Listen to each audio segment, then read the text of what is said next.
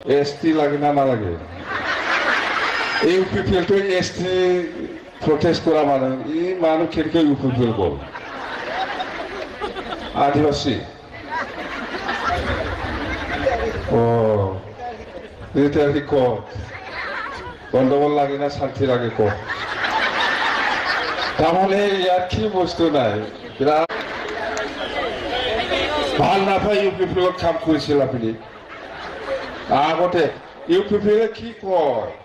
এই মুসলিমক ইলেকশন কৰিব লাগে এইটোহে কয় আপনি যে তাতে থাকি পেলাই কাম কৰিছিল এই কি হব ইউপিপিএল কি কয় এই